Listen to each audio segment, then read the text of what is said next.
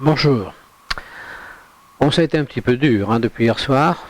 Heureusement qu'on a pu dormir parce que autrement la colère nous aurait un petit peu mis dans tous nos états.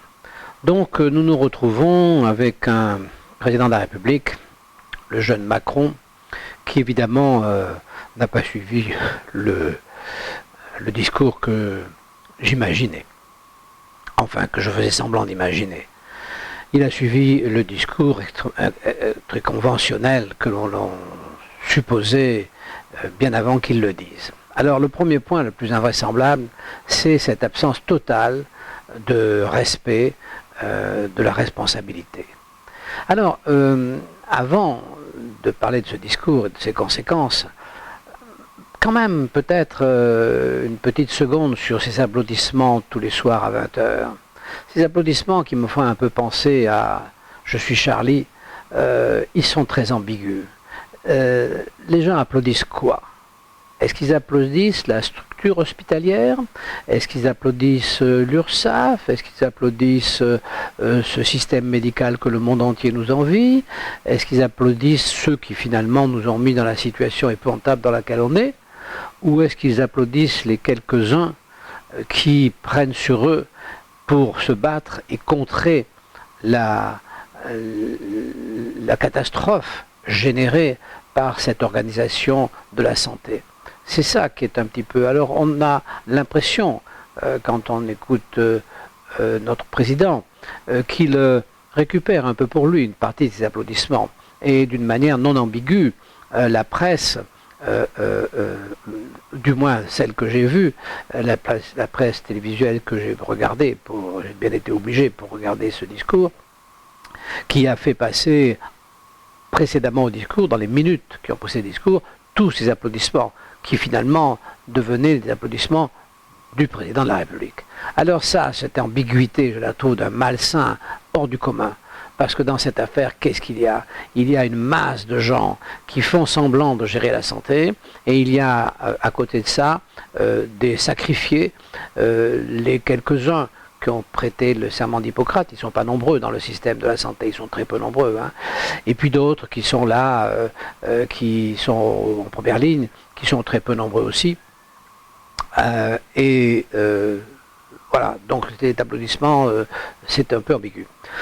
Alors pour en revenir à notre président de la République, à ce cadre supérieur de la fonction publique, à cet homme de l'État, cet homme de l'État irresponsable, il l'a tout à fait montré, il a dit oui, il y a eu des petits dysfonctionnements. Comment ça, il y a eu des petits dysfonctionnements? C'est lui le chef. C'est lui qui est responsable de ce qui s'est passé. C'est lui qui fait que, au lieu d'avoir un outil, mais parce que quand même, tous les ans, il y a la grippe. Alors d'une année sur l'autre, elle est plus ou moins grave, elle est plus ou moins violente, elle est plus ou moins mortelle.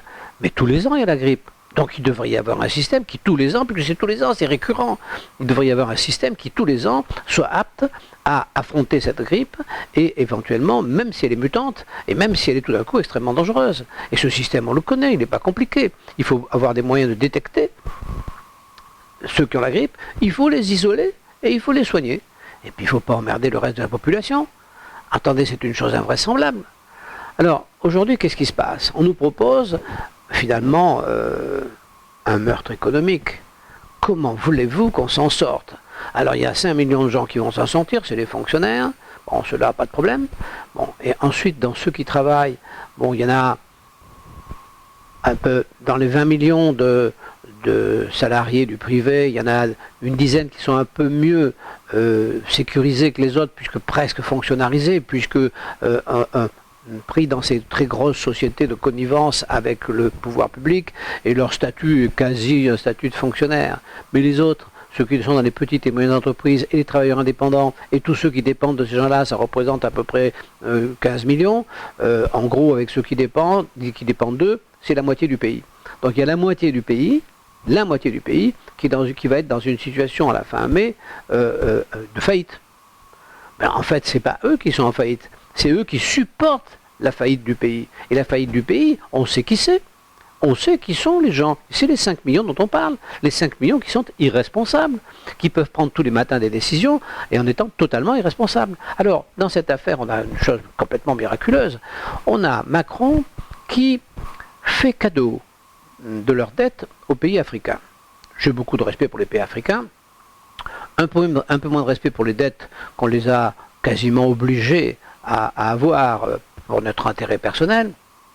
Mais ce cadeau, c'est quoi ce cadeau? C'est un cadeau qui vise à ce que l'idée d'effacer les dettes de celui qui en a et qui ne peut pas les payer fasse son chemin pour qu'ensuite, M. Macron puisse dire aux Allemands et aux Hollandais, ben voyez, moi j'ai effacé les dettes des Africains, bon, il faut effacer la mienne. C'est-à-dire qu'il a prêté aux Africains de l'argent qu'il n'avait pas, et maintenant il en profite pour demander à ce que ce qu'il doit aux autres ne soit pas payé. Il nous met dans une situation de mendiant, mais qu'on ne mérite pas.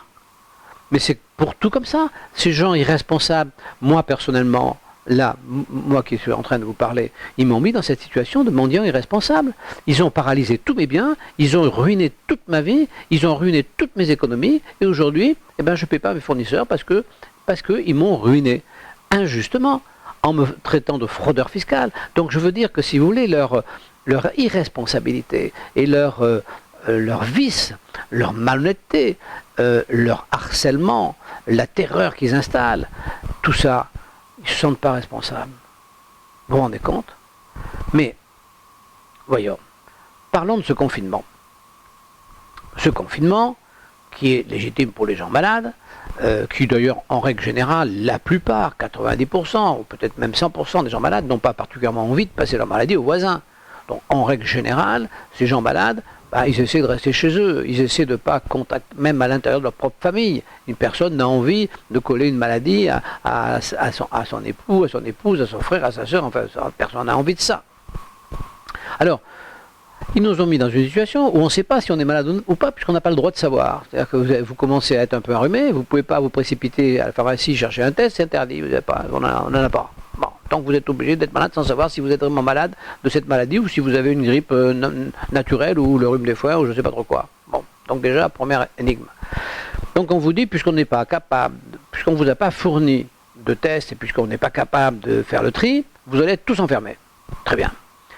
1 mois, ça va. 2 mois, c'est pas possible. Donc les gens vont être obligés de sortir. Et là, qu'est-ce qui se passe? Et là, on a la police. La police, toute la police, y compris les petits gars non formés des polices municipales, qui a droit de verbaliser.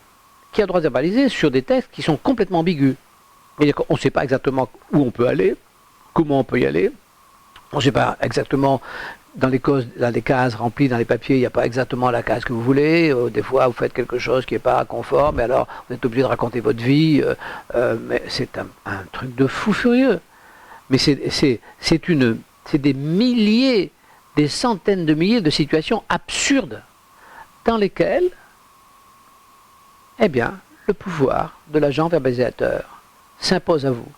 C'est-à-dire que si vous tombez sur un agent verbalisateur qui n'est pas d'une très grande luminosité, ce qui peut arriver, hein, eh bien, vous avez beau lui expliquer que la prune qu'il est en train de vous mettre est complètement stupide, vous l'aurez. Et n'imaginez pas une seconde que vous irez demain devant un tribunal qui vous écoutera. Absolument pas. Donc ça vous coûte 130 balles la première fois, par personne, par voiture, si vous êtes plusieurs. Enfin bon. Donc ça veut dire qu'il crée une situation qui va être bien pire que celle qu'il a déjà eue avec ses CRS face aux manifestants. C'est-à-dire quand on utilise la force pour imposer quelque chose qui est illégitime, on s'expose évidemment à plein de problèmes. Donc cette affaire est catastrophique. Donc ces gens sont profondément malhonnêtes et ces gens sont... Alors, on nous dit oui, mais quand même, ils sont compétents, vous imaginez? Ben, évidemment qu'ils sont compétents. Ils ont fait Polytechnique, ils ont fait l'ENA, ils ont fait des écoles, si vous voulez. Ils sont compétents. On ne peut pas le nier. Mais, bien sûr qu'ils sont compétents. Et alors, être compétent, est-ce que ça rend fatalement efficient? C'est pas parce qu'on est compétent sur quelque chose que fatalement on va trouver la bonne solution. On sait. Bon. Et c'est pas parce qu'on est compétent qu'on a le droit d'être irresponsable. Ça ne rend pas irresponsable d'être compétent. Donc si vous voulez, on en revient à Didier Picot, on en revient à l'idée, mais quand est-ce que ces gens avant qu'on soit complètement mort, avant qu'ils nous aient détruits, quand est-ce que ces gens vont accepter l'idée qu'il faut qu'ils soient d'abord responsables? Parce qu'on n'est peut-être pas au bout de nos peines, ça va peut-être aller beaucoup plus loin, parce qu'à un moment donné, ils vont avoir besoin d'argent. Et ils ne vont pas dire, ah ben excusez-nous, on va payer notre poche, ça ne faut pas y compter. Hein. Donc ils vont venir nous chercher, exactement comme ils le font avec le confinement. Nous payons de notre enfermement la casse de leur écurie, et nous allons payer de notre argent la casse de leurs folles dépenses. Et du fait qu'ils sont en faillite depuis des années, faillite qui vient d'une manière concomitante exploser en même temps que la pandémie.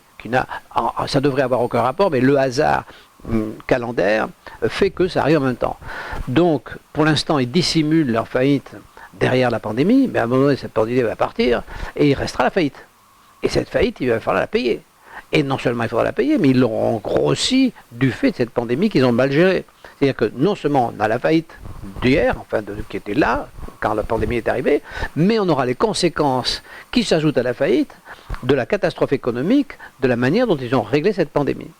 Et tout ça, il va falloir passer à la caisse. Et tout ça, ça va être exactement comme les CRS face aux manifestants et comme les petits fliqués aujourd'hui face au confinement. C'est-à-dire ça va être l'injustice totale, mais la force publique. La force publique. L'État, n'oubliez pas qu'il n'existe pas. C'est-à-dire eux, ils ne sont pas nombreux. Hein. C'est une poignée de gens. Mais ces gens, on ne sait pas qui c'est. Ils sont cachés, ils sont masqués. Ils arrivent dissimulés. Ils disent, c'est l'État. Rien. Macron dit, il y a eu quelques erreurs. Oui, mais non, c'est pas moi, c'est Toto. Ouais.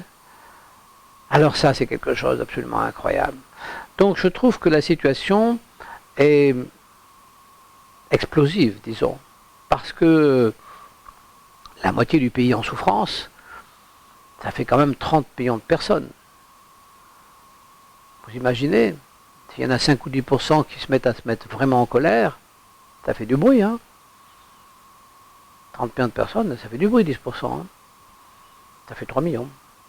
Donc, je sens pas le truc. Hein. Je crois que ça va aller très mal. Voilà, donc encore une nouvelle déception, ce discours. En plus, malheureusement, ce garçon gigote un peu mal. Quoi. On ne peut pas dire que devant la caméra, il ait l'air sincère. Hein. Il a du mal avec son téléprompteur et puis il gigote pas toujours dans le bon sens. C'est comme ça. Écoutez, voilà, nous sommes vraiment... c'est malheureux hein, d'être dans cette situation, mais on a une part de responsabilité sans doute. Hein, on a voté pour eux. Hein. Et quand on applaudit tous les jours au balcon, on fait croire un peu qu'on approuve complètement l'organisation de la santé. Et puis, peut-être qu'effectivement, majoritairement, on l'approuve. Il n'est pas impossible que majoritairement, finalement, les Français soient d'accord. Si c'est le cas, il en est ainsi. Bonne journée, au revoir.